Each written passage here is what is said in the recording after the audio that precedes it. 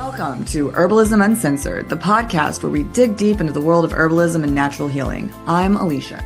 And I'm Lila. We're two clinical herbalists who recognize the need for honest and authentic conversations about the state of natural healing today. As practitioners, we feel called to have uncensored discussions about why people aren't finding relief and what to do about it. If you're frustrated by lack of results, overwhelmed by conflicting advice online, disillusioned by the commercialization of wellness, or simply passionate about natural healing, you're in the right place. This podcast is our way of cutting through the noise, busting myths, and challenging marketing gimmicks, all while inspiring real, lasting results for professionals and individuals alike. We're gonna get real, calling out what works, what doesn't, and why. Our goal is to equip you with the tools to take charge of your health. We're here to help everyone rethink clinical success and achieve better outcomes. We're honored to be here and feel privileged to contribute to the realistic and functional growth of our professions, one where they effectively support all people on their journeys to feel better. This is Herbalism Uncensored, where together we're nurturing the future of natural healing. The contents of this podcast are for informational purposes only and are not intended to be a substitute in any way for professional medical advice, treatment, or diagnosis. It's important that you always seek the advice of your physician or other licensed healthcare provider with any questions or concerns you may have regarding a medical condition. Today, we are talking about stress. This is such a prevalent topic when it comes to managing health and finding ways to feel better in our bodies. Alicia, what do you want to say about stress? Well, what is stress? Stress is actually really, in its simplest terms, any demand that's put on our body. And not all stress is bad, believe it or not. I guess so, yeah. So we thought about this earlier. I go and I do some pretty extreme workouts, which are really stressful on my body. If you do 200 squats in a session and 50 jumps into handstand up against the wall, that's stressful. And even when you're doing that kind of stuff, I know that my teacher will say, "Are you breathing? Are you breathing?" Or he'll say, "Good breath holding." And because my shoulders start to rise up to my ears, my body gets tense. My brain thinks that my life is in danger, that I might die, and I stop breathing. And if I'm able to continue breathing and tell myself it's going to be okay, then I get through it. And when I come home and I rest and I pause and relax, I get stronger when I rest. But if I get stuck in that state, that's when it becomes a problem, not the rest state, that I'm afraid I'm going to die state. Yes. And you bring up I think the thing that's kind of missed when we talk about stress is not all stress is bad and we need stress, right? When you do those workouts, your muscles are growing, your body's getting stronger, you're pushing yourself, you're expanding. But the key is not to get stuck in that space. And where I think a lot of people are right now in just their daily living is they're stuck in the stress state. They're getting too much stress and the wrong types of stress. So stress is good. We need it acutely. But when we get stuck in a stress state, that's when trouble ensues. Alicia, you want to tell us a little bit more about these stressed versus non-stressed states? Because I think this is a really good thing to understand. Okay, well, so we have the somatic and the autonomic nervous system. The somatic nervous system is the kind of thing like my brain sends the message to my hand to wave at you. I have a choice over that. I do not have a choice consciously over my autonomic nervous system. And it's divided into two pieces. I've got the sympathetic response, which is the fight or flight. Sympathetic is like the body's getting really serious. That's how I remember it. And the parasympathetic nervous system is rest and digest, right? So it's the pause, parasympathetic pause. Historically, humans lived, when we were hunters and gatherers and cavemen, we lived very much mostly in the parasympathetic state. Our heart rate's slower. We're able to digest food. It promotes relaxation and recovery. But the way the system is set up is that when the saber-toothed tiger comes across you in the jungle, then you need to run for your life. So your heart rate increases, pupils dilate so you can see better. It directs blood flow to muscles for quick action, shuts down the digestive system. Your body goes into survival mode. You're sending all of your energy to the places that you need to be so that you can outrun that saber-toothed tiger and find a tree to climb to get away from him. When the saber-toothed tiger finds something else to chase, you climb down the tree and you go back into that parasympathetic state.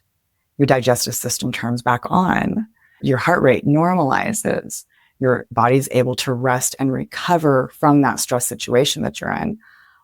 You know, speaking for myself, I live in a big city. There is nowhere I can go that I don't hear freeway noise, helicopters, sirens. We have a beautiful arboretum here where you can basically walk through the woods in the middle of the city. You can still hear the freeway in the background and horns honking on the freeway. For a lot of people, that saber-toothed tiger is their boss with the deadline or that really picky client that they just can't please. And we get stuck in this sympathetic state where we're not digesting food as well as our body is designed to, where the blood isn't flowing properly everywhere that it needs to. And we're just tensed up and stressed. Gosh, stressed out. You think of how much of my life I've spent stressed out. I want to go back and reiterate that there are physiological changes that happen when you're in your sympathetic state versus your parasympathetic state. And when we're in that sympathetic state, like Alicia said, our pupils dilate, our heart rate goes up, our blood pressure increases, our blood vessels constrict. We increase blood flow to essential organs. We shut off non-essential functions. Digestion, non-essential function when you're running from a tiger. Reproductive activity, non-essential, right? So when we live in this state, we're not living in an optimal state for things to be functioning and flowing properly in our bodies, right? We're in an elevated, adrenalized state, being ready to run and protect ourselves should we need it. And when we're in that state, we can't do certain things. Our body can't repair itself. We're not detoxing. We're not doing all these things that keep our body running well. And that leads to a cascade of health issues. We are meant to be in this state acutely, but where we should spend a majority of our time is in that rest and digest place, right? When we are, calm and our body can do the things it needs to do to support us and our health. And it's the reason that stress has become such an epidemic. And for all the reasons Alicia says, our modern living is stressful, right? Well, and we didn't talk about this beforehand, but I think this is one of the reasons that the homestead movement is a thing right now. People innately know that they need more quiet time. They need more nature. They need less of those unexpected emails and excessive loud noise. And that's why people are looking to buy land and build their own houses and garden, because there's so much you get to be more in that parasympathetic state. And people who can get there and be there, if you've got body awareness, you can feel the benefits of it. Oh, yeah, definitely. I mean, I remember living in that state for many, many years, working a very high stressed corporate job. And I got to the point where I was so fried and so burnt out that I was just a shill of a person. I wasn't living. I felt so bad, and that put me on an entirely new path. So I think people eventually hit that rock bottom and realize something's got to change. I put together a quick list of just some things that can add to the stress that are just part of the course for modern living. Like skipping meals and irregular meal times puts our body in a stress state. How many of us are constantly eating on the go or skipping meals because we have a meeting or we're busy with work or we're picking up kids or whatever it is? Living out of alignment with your beliefs and your purposes and just being in conflict in the environments and arrangements that you're in puts you in that state. Disturbed or irregular sleep, digestive issues contribute to putting us in that stressed state. The environmental toxins and the environmental load of modern living, processed foods, nutritional deficiencies, over-exercising, our blood sugar swings, all of these little things also on top of everything that Alicia's mentioned, put us in a state that's not optimal.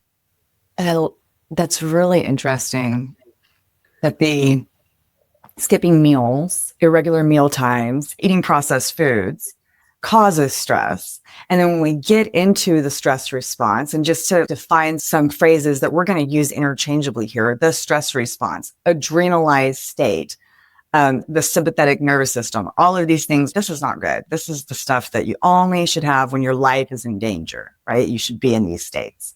And or when you're at death yoga. When I go to death yoga, we'll talk about death yoga sometime. But so when you're in that state, your digestive system shuts down, doesn't function properly. And then when you're not eating properly, it exacerbates the issue. So it's this vicious cycle. I mean, we see people professionally. Who comes to you, Lila, who has optimal digestion? Everyone I ever see has digestive issues of some sort. Agreed. I mean, okay, if you have any chronic health, if you have any health issue, it all backs up to digestion. So I can't think of one person because you can't separate them. Digestion is at the root and core of our health. And when we're out of alignment, it affects our digestion. And then our digestion also affects the alignment. So like you said, it's kind of this self-reinforcing feedback loop. Well, and then, I don't know, we're getting too geeked out if we start talking about how neurotransmitters are created in the gut.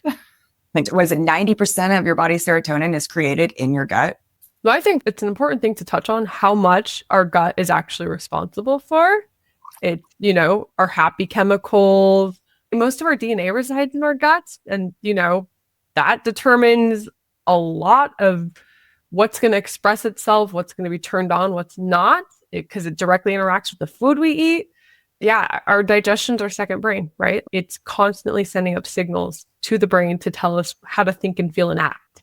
And when we eat foods that stress our bodies out, or our bodies aren't able to digest and break down the foods that we are giving it, it's going to send distress signals to the brain. That we get things like anxiety and depression and stress and all of these unsavory states of being. Yeah, when we eat the wrong food, or don't eat food, or eat too much food to change the way we feel. Yeah. Right? I mean, all of these things just exacerbate this issue and stress our body more, right? So what do we do about it? Well, I was wondering if you would share your story, because I feel like you've kind of gone through quite an experience of becoming a very burnt out person and recovering from that. And I just want to hear more about what that looked like for you, and if you could articulate what a difference of quality of life it makes when your nervous system is regulated and you're properly shifting between these sympathetic and parasympathetic states instead of living where you shouldn't be living. Well, I always just thought that I was high strung. I was told by elder women in my family that I come from a long line of high strung women. That's what we say in the South. We're high strung. And I don't think that's true. I think that we were just all really stressed out and traumatized.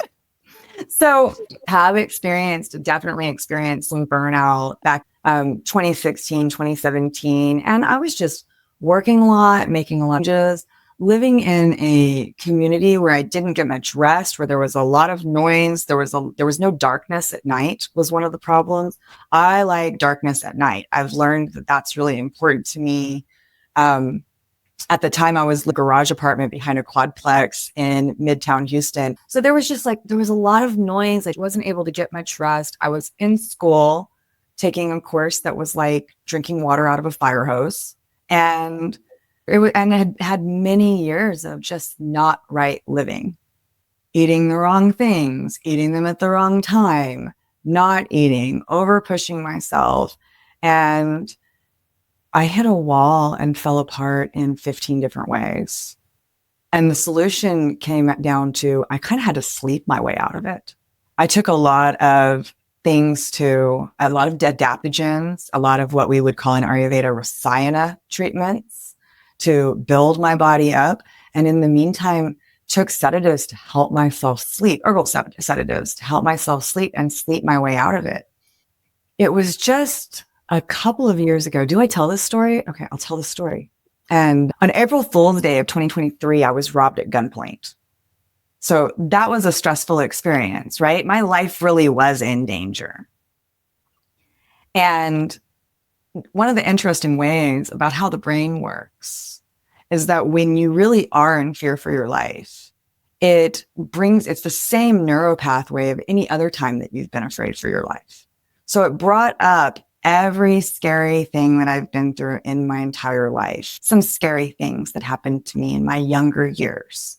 And it forced me into a situation really, and I could say getting robbed at gunpoint was like the best thing that ever happened to me because I survived it. And it put me on this path of being able to do some work and look at some of those things I had never looked at before that I was told were in the past. We live in the now, live in today. Those things are in the past. You survived it. Get over it. And I did a lot of writing and a lot of processing and a lot of meditation and a lot of breath work around those issues. Did this work for probably about 5 months. And about 5 months into doing a lot of writing and a lot of breathing and a lot of processing and digging deep into these things that put me into this adrenalized state so easily because my brain was remembering these old things and thinking that I was in that state. It was like I de-adrenalized. I got so tired. Just fatigue tired. I'd get up out of bed. I would do a couple of things, maybe for 2-3 hours worth of stuff. And I'd go, I'm tired. And I would go lay down. I spent about 2 weeks spending a lot of time in my bed under my heated blanket, just letting myself heal. When those 2 weeks were over, I had more energy and I feel calmer. And I'm more aware that I can feel myself begin to tense up and go into that adrenalized state. And when I get out of it, I can completely feel it. I just told you recently, my husband and I were having some tension and we had a conversation about it. We resolved it. And in that moment, when we had the conversation and we resolved it, I felt my whole body relax. And I think that that's really the difference between that sympathetic and parasympathetic response. That's what it feels like to be in the parasympathetic state is I am relaxed. I can really rest. It's not when I go and lay down in bed and do a scroll on my phone and grind my teeth and say, I've really got to go to sleep. What time is it? How much time do I have to sleep? Because I did that for a really long time. And I truly believe that this is the natural state. Like this is the proper function of the body is that I can go into that state of let's go, let's get it done. We're going to survive. You can do it. And I can go there when I go to death yoga. And sometimes I need to go there. I'm on the freeway and in Texas, we have freeways where the speed limit is 90 miles per hour. It was news to me that it wasn't like that all over the country when I found out because this is the only place I've ever driven. But when I'm on the freeway and the speed limit's 90 miles per hour and there's a wall on one side of me and 18-wheeler on the other side of me and it's windy, I need that. And I can go into that. But when I get out of my car, I get out of that spot, I should be able to go back to where I'm supposed to go. Or when I could go on and on about all of the different states that could put me into that state and I can go there, but I can come back. Yes. I want to touch on a couple things, but first I want to tell you that we don't have any freeways over 60 miles per hour where I am right now. In the state over, I think it's 55 miles per hour. It's a big state. We got to go fast so you can get from one side to the other. It's a different vibe out here. Life is slower. Yeah, the pacing of the world around you really does impact what's going on in your nervous system, especially if you're not in a regulated state. And I want to touch on a couple things. You kind of glossed over it, but when you had your first health thing in 2016, I know because you've told me you had to go to bed for a month. You just had to sleep, right? Yeah. And I think that I kind of feel like I slept for a year. There was a lot of sleeping that went on that year. But you needed it. And a lot of people don't realize that. Some of the most common syndromes and symptoms and things happening right now are chronic fatigue, adrenal burnout, right? All of these states that really have to do with how stressed we've let our bodies become. And we get to the point where our adrenal glands produce these hormones that produce the adrenaline that we're running on when we're in this parasympathetic state. And our adrenals get shot at some point. They are working too hard for too long and they just give out. And then we reach burnout. We reach chronic fatigue. There is no more gas in the tank. And in a society that pushes productivity so much, people don't want to hear that you might have to go to sleep for a year. But let me tell you, you might have to go to sleep for a year because of how much you have drained the tank. And what Alicia did and went through was literally she had to replenish, right? You had to fill that tank back up, and that involves extreme amounts of rest. That is a very real problem that people run into, and you really just kind of have to surrender to it at some point and go to sleep. You have to go to sleep. Yeah. Don't drink another cup of coffee and push through. Go to bed. Go to bed. I don't know, sleep when you're tired. That's a lot of my self-talk of, am I tired? Do I just want a cup of coffee because I love coffee? I do love coffee, but I don't drink coffee all the time. Am I worried about that deadline or that thing on my to-do list, and I'm trying to push myself to keep going and going? Maybe I just need to go to bed. Yeah. Most of the time, I just need to go to bed. Well, we live in a society that's constantly pushing and pushing and pushing, and we never give ourselves enough time to recover. Back in the day, we used to practice convalescent care. When you were sick for a week, you took a week to recover. However long you spent down is how long you spent to recover. And we have totally glossed over that. Now we push ourselves and we push ourselves and we push ourselves, and the tanks are running on empty. It's really sad because it's impeding the quality of life.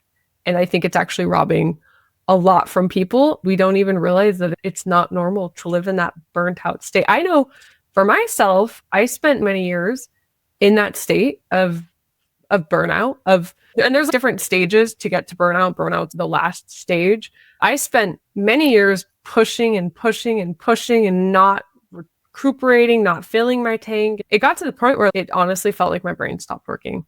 I left my job. I changed my entire life because I reached such a point of rock bottom that I wasn't alive anymore. Someone looked at me and said, "You're just barely living over there, dude." And I was like, whoa, yeah, this isn't living. So I think we've normalized this in pursuit of things, of money, of productivity, of all the things our society wants us to pursue. But at the end of the day, it's really hurting our quality of life. Yeah. And so I love that we're talking about sleep. It naturally went to sleep. Were you just working yourself to death? Is that what you were doing, Lila? I was in a job that had too much responsibility, too young, and I was on the clock 24/7. I was responsible for any emergencies, anything that went wrong. We had software that I oversaw. And so all emergencies and fires came straight to me. I would roll up first thing in the morning and check my phone to make sure that there wasn't an issue. I would go to bed with my ringer on because if something happened, I had to get up, then find a way to wake my team up in Romania and fix the thing. And there was always the thing. The fires never stopped. And so I just had constant stress on my system. It was just, I didn't have healthy boundaries. It was so much responsibility that, yeah, it burnt me to the bone. So let's talk about sleep. You get stronger when you rest. So I'll just name drop him, Andrew Dugas, who teaches what I call death yoga at Yoga Better Studio in Houston, Texas. And the way that he teaches yoga is completely different from anything that I've ever experienced. He says it all the time. It's stuck in my head. You get stronger when you rest. And we have to rest. But how do you rest when you're waiting for the fire to burn the house down all the time? That's such a good question. And I will tell you, for me, this is diverging from herbs a little bit, but living in that state, and, I have a mom that lives in that state. That's what was modeled to me. The high-strung women, that was us. We didn't say it was so classy with like our Southern accents, but that's the lineage I come from too. And for me, I didn't know how to rest. It was impossible. My rest was, okay, I'm going to read a book and learn, or I'm going to fold laundry, or I could never turn it off. I had to be productive 24/7. So even my restful states weren't restful because I couldn't stop. And for me, I didn't experience true rest or an unplugging from that state until trying mushrooms for the first time in my life in my mid-20s. That was the first time I'd ever felt what it felt like to be present. That was the first time in probably 10 years of having a day where I didn't have that stress from my job on my nervous system. I could feel what it felt like to not have that on me. And it was like a revelation, if that's the word. It was a revelation that you could feel like that. I didn't know. That was a new feeling to me. Like the best feeling in the world, but I've been missing out on this all these years. Wow. I can remember at some point, it was probably in about 2010, after I had spent my year asleep. And I was talking to a friend and she said, "How are you doing?" And I tried to explain to her how I was feeling and I couldn't find the word for it. I was like, "Everything's good. And I've got a lot going on and I'm doing this and I'm doing that. And I'm still trying to work on this. And yeah, it's, these are the things that are going great and going my way. And these are the things that aren't going my way, basically. And these are the things that I need to work on. But I'm not really upset about any of it. None of it's really bothering me. And I really don't know." And she said, "I think what you're describing is contentment." And I realized I had never felt content. It was always a drive for more. And yeah. And I really think that, gosh, I'm just so glad that I know what that feels like today. I'm so glad that I can look at my to-do list. You and I are quite busy gals, right? I don't have a to-do list. I have a do later list. Because if it's my to-do list, I look at it at the end of the day and I can beat myself up because I didn't do everything on that list. The list is impossible. I'm not going to get everything on that list done in a day. I just keep adding things to the list and keep scratching things off as I get them done. And at a certain point, I have to say, okay, the day is over and I'm going to bed. Oh, I think what's really interesting with that is there's so much fear that we're not going to get it done. We're not going to have time. And if we don't push, we're not going to be able to do it later. And for me, what I've realized is if I truly allow myself to rest and I'm not over pushing, that my body naturally wants to work. It wants to produce. It wants to create. It doesn't want to stay in a rested state all the time. And when I listen to my body and I ebb with its flows, the things on the to-do list get done when they need to get done in a much more healthy and efficient way. Working out. If you try and push yourself to work out when you're not ready to work out, it's really hard. But eventually, again, if you give your body enough rest, it's going to want to work out. Mm-hmm. And then that's when you work out. You really have to tune in and trust that these things will happen if you don't keep pushing. Absolutely. You're making me think about a couple of different things. And I just want to talk a little bit about stress management hacks. These are the things that we need because we know the problem. We know what the problem is. We're all stressed out. Life is hard. There's a lot of pressure to perform. All right, I don't know if anybody else feels like that, but that's how I have felt much of my life. I keep saying sleep. We get stronger when we rest. How do we sleep? Are we sleeping? Breath work, meditation, helping us to grow in that awareness. And then the things that we can put into our body that we can ingest nutritionally or supplementally to help our body to deal with stress and cope with it and continue on. Okay, hold on. Well, you mentioned sleep and breath work, but I want to add one more thing to that list. And that is the importance of spending demand-free time with yourself, having no demands, but also making it neutral time where you're not having inputs or outputs. You're not getting stimulation from music or movies or TV or books, and you're not forcing yourself to output or be creative or work on something, but just time where your body and there's nothing to do, nothing to accomplish, nothing weighing on you, just time existing, I think is so important if you allow yourself to do that. That is so important. And I think that the meditation is so important and that the demand-free time being, that existing. And how about I just spend some time with myself and focus on how do I feel right now? Am I hot or cold? I mean, it could be that simple. I probably say something about hot or cold or heavy or light in every episode, but it's really that simple. Am I hot or cold right now? I can tell you right now, my hands are a little warm and my feet are a little cold. Okay, something's a little out of balance. I can do some things about that. But I have to stop and ask. And so that awareness is so important, and awareness, because maybe I'm not really good at being aware of my body, or being aware of when it's time to go to sleep or when it's time to eat. But to practice that awareness so that I can eat when I'm hungry, sleep when I'm tired. And yes, the demand-free time is necessary for that. I used to wear an Apple Watch. I had to take that thing off. Every time it lights up or makes a noise, it demands my attention. If you're going to try and spend some intentional demand-free time, please take off your Apple Watch and at least electronics gone. Yeah, even the Apple Watch. Yes, even the Apple Watch. That's such a great point. And I actually never thought about it before, but meditation is demand-free time. It is. It's a time where you're giving yourself space to exist, even if you're doing a mantra or you're pairing it with breath work or some sort of visualization. Like, it really is still that time where you're not intaking new information and you're not outputting. You're just being. You're in that neutral space. And the more you spend time in that neutral space, like, you will crave it. You will want it. You will want that to be your new normal. Yeah, creating that space. And I don't know about you, but I did it for a long time. I could turn my meditation time into demand time. I'm setting a timer and I have to meditate during this time. I have to meditate and it has to be just this way.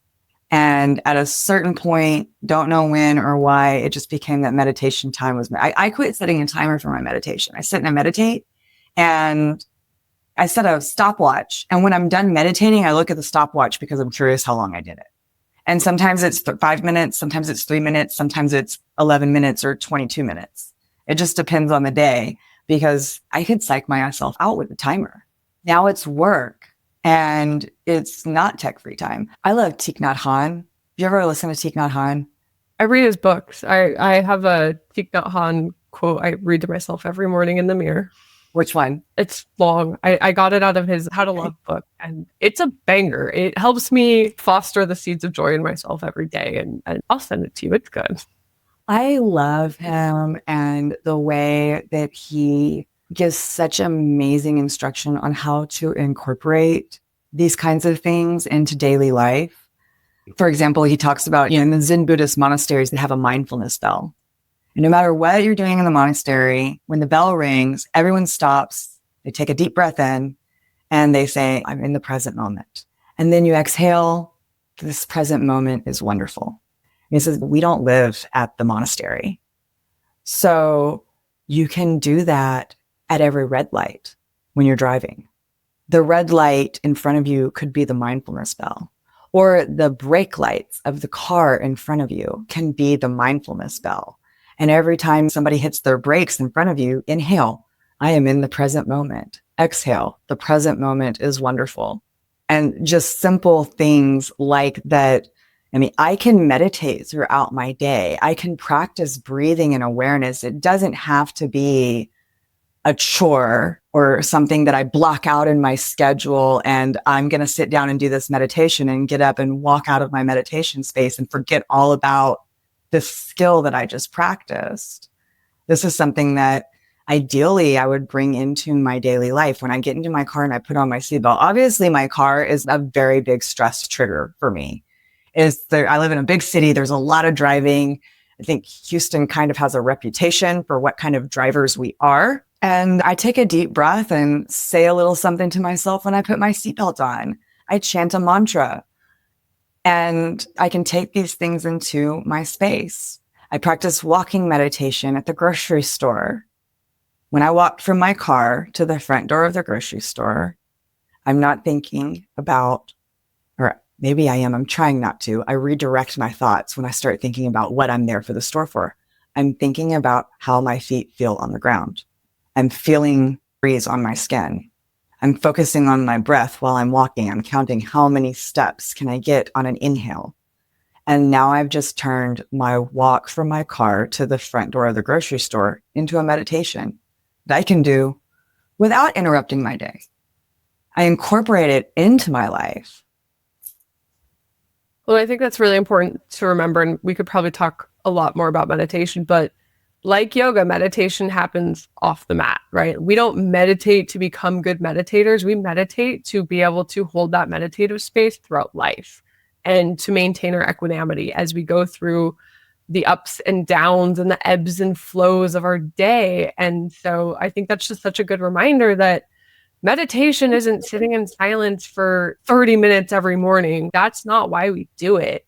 And if we put ourselves in that rigid box of this is how we meditate, this is what meditation should be, we're really missing the opportunity to use meditation for what it is and to let it be part of our day, let it be part of our life, because that's where the magic happens. The magic happens when you're washing the dishes and all of a sudden you tune in and you're present with it and you're like, I'm ready for this. This feels good. I'm here and I'm in a flow state. You can get to that point no matter what you're doing. It doesn't have to be staring at a blank wall for 30 minutes. Yeah, feel that hot water. Mm-hmm. How amazing is it that I just turn handles in my house and hot water comes out? Yes. One of my other favorite Thich Nhat Hanh quotes that I use all the time for people or objects just in my head, and it just puts me in the place of gratitude, is I see you and I am happy you're here. And I can look at a bird or a tree or just be wherever I am. And if I direct that energy to someone or something, it just lights me up and it just sparks joy. And Alicia, I see you and I'm happy you're here. It feels so good and keeps you in such a nice space. Yeah, you are here and I am happy. Yeah. Yeah. See, now everyone feels good. Yeah, even just watching the video, we're both smiling bigger than we were before. And that's so, well, here's another one by Abhyanga. An Abhyanga episode. We could totally do an Abhyanga episode if anybody was geeky enough to listen to it with us. So just to define Abhyanga, I'll quickly define Ayurveda. It's the 5,000-year-old complete healing system from India. And this is where a lot of natural healing systems today really comes from. It's got a lot in common with traditional Chinese medicine. There's some debate in the natural healing circles that that's where traditional Chinese medicine came from. And in Ayurveda, there's a practice that's encouraged daily called Abhyanga. Tell us what Abhyanga is, Lila. It's the highlight of my day. I go to sleep so I can wake up and do Abhyanga. I go through my day so I can do Abhyanga to go to sleep. I'm serious. It's my addiction. Abhyanga is really simple. It is a full body self-massage with oil. Sesame oil is a really common oil it's done with, but there are other oils that you can do it with. Castor oil, almond oil, ghee, coconut, mustard oil. It just feels like nourishment. I don't even know how to explain it, but you start doing it and you do it for a week, you'll never stop because it is just the most yummy feeling ever. Did I describe it well enough? Yeah, it was totally sufficient. I just going to add a little bit to it. So I've been doing Abhyanga for probably 10 years. And I stopped for a few months in the course of those 10 years. I don't know what I was thinking. It was like an experiment. Oh, I don't need to do this. I've been doing it for so long. And I stopped for, I don't know, it was a couple of months. And I was like, I've got to get back to this because my feet hurt. And to me, it's really become it's a self-love practice. It's a self-care practice, B. And C, it's a self-awareness practice because I put the oil into the palm of my hand and I rub it into my shoulders. And I didn't know that I was tight right here in my pectoral muscle. But when I start to rub that oil in, I start to feel it. And I give time and touch every part of my body and feel how it feels. And I do it twice a day. Yeah, I'm never going to stop. I'm never going to stop. And it's such a beautiful practice. And I believe that if we can get into some Ayurvedic principles, part of the problem with the stress, and we just live in more of a stressed out world, has to do with Vata dosha, which we can get into at another time. There's a lot of Vata dosha in our bodies and in our society today. And oil pacifies, reduces Vata dosha. Well, let me say that in another way that people might be able to take in better at this point is that we live in a very stimulating society. We have a lot of just what I'll say air and ether floating around, and it untethers us. And when we come in and we slather ourselves with oil, we're being grounded. We're grounding down all that stimulating energy and putting it where it needs to go. And I loved what you said about we're touching every part of our body and literally giving nourishment and attention to places that most people probably never touch. Maybe you wash yourself in the shower or something, but how often do you actually spend time touching and connecting to your body, which is just not something we're taught to do in our society. And I think a lot of people are very disconnected with their bodies, and it shows in a lot of ways. So it really is, you said, an act of self-care. And I know for somebody like myself who's struggled with body image most of my life, being able to do that with myself fosters so much love and care and appreciation that I can take with me for the rest of my day, every day when I do it. It's a beautiful practice. And if you take one thing away from this episode and want to incorporate it, I would say, well, breath work in the morning, because that's also so good. But Abhyanga, because it really does help with the stress. For me, it's almost when you do it or you don't do it, that difference between being in the sympathetic versus that parasympathetic mode, it's almost that noticeable when I skip it. Like my body is missing something. Well, I would say, yeah, if you're going to take one thing from this episode and do it, do that. That's the thing that people are most likely to try. And the results are amazing. It sounds silly, just like massage yourself with oil in the shower. It could literally take 2 to 5 minutes. Just do it. Try it. And you brought up, did you say, like bringing that energy down? Grounding it down. Are we going to talk about bowel movements? The importance of a healthy bowel movement or a daily bowel movement? See, no, I think bowel movements need to be their own episode because I think they are like that important, but I think that's a factor. Well, I'll just say this then. If you're stressed out and you're not having a bowel movement every day, the two things are related. Just know that. Yes. I feel like we could talk about this topic and all the intricacies of it and all the things to dial in to get to where you want to be. And that's, I think, what's so special and beautiful about the way that we work with people is that we get to look at the whole picture and the whole body and help bring in the things. Because sometimes you need more than breath work. You need more than meditation. You need more than sleep to come back to whole and to bring that balance back in. And like Alicia mentioned, that there's many facets to it. And I know one more thing we wanted to talk about was adaptogens. I think, Alicia, you should say something quick on them, but those should probably also get their own episode.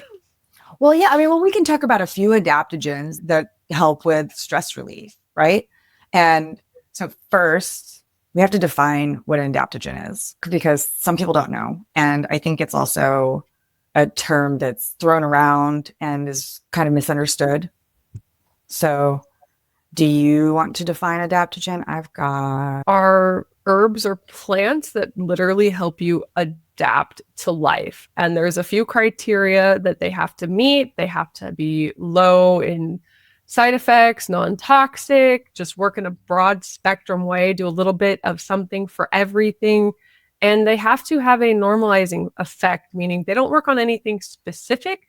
They work on bringing your body back into balance. But at the core of it, they literally help you adapt to these stressors of life. And in turn, that helps with everything from immune function to digestion, to anxiety, to blood pressure, to blood sugar regulation, to the whole host of health issues by just bringing in this regulator into your body. Yes. These are things that are slow acting. It's not like I'm going to be tired today or fatigued or stressed out today and take some ashwagandha and tomorrow feel all better. This is a food-like remedy, something that I'm going to take over time. And over time, it's going to help my body adapt to stress, to pressure, to overexertion, and to respond in a more efficient and effective way. Right? Oh, yeah, absolutely. So everybody knows about ashwagandha. We've probably said the word ashwagandha in every episode that we've done. And turn it into a drinking game. Every time we say ashwagandha, we're going to take a shot of something. So yeah, ashwagandha is a long-term stamina enhancer that reduces cortisol and promotes a sense of calmness and also helps to regulate the sleep cycle. That's the question. And we don't really know if it increases stamina or if it helps to regulate the sleep cycle and you get better quality sleep and therefore have more stamina. It's a great herb. Another really popular adaptogen I think most people have heard of is ginseng. I think that's one of the staples in Chinese medicine and grocery stores and herb shops and health places. But ginseng really helps with your energy and it helps your body become more resilient. It's another herb that's mild and slow acting, something most people in traditional uses would take a small amount of for life. And it can really help to bring people back into that resilient state. And this isn't on any list that we have, but how about the Siberian ginseng, Eleuthero? Eleuthero is a great example too. That's one of my favorites. Ginseng can, if you're a sensitive type like myself, and if you're high strung, then ginseng could have the tendency to make you feel a little bit jittery. Some people react to it that way, but the Eleuthero is different. It doesn't have that tendency to make you jittery, but does have the long-term stamina building effect. Also has long-term immune function building effects. And it's just overall, these are things that don't have side effects. It's only good to take them. And in many areas around the world, as you said, people take them from a young age. On a regular basis. They put them in their food. They get the benefits of these things from putting them into their bodies. Yes, they're beautiful plants and they really do help you adapt to life. They help put a cushion between you and the sharp corners of life. And they just, they don't take away your problems, but they make you able to deal with them a lot easier. Yeah, it's a little helper. Yeah. Should we do some honorable mentions of any other adaptogens real quick? Well, let's see.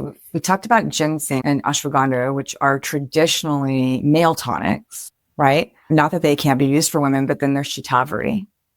I think shatavari is a fun one just to mention. Shatavari means 100 husbands. So you should have the energy, ladies, to have 100 husbands. That's what shatavari will give to you. It's good stuff. I mean, that's a big promise. That's a big promise to deliver. I will say, this may be TMI for everyone, but when I take shatavari, especially in high doses that are appropriate when working with a practitioner, it makes me feel supple and fertile. It just makes me feel squishy in a really good way. Like I can feel it in my body. I think I know what you mean.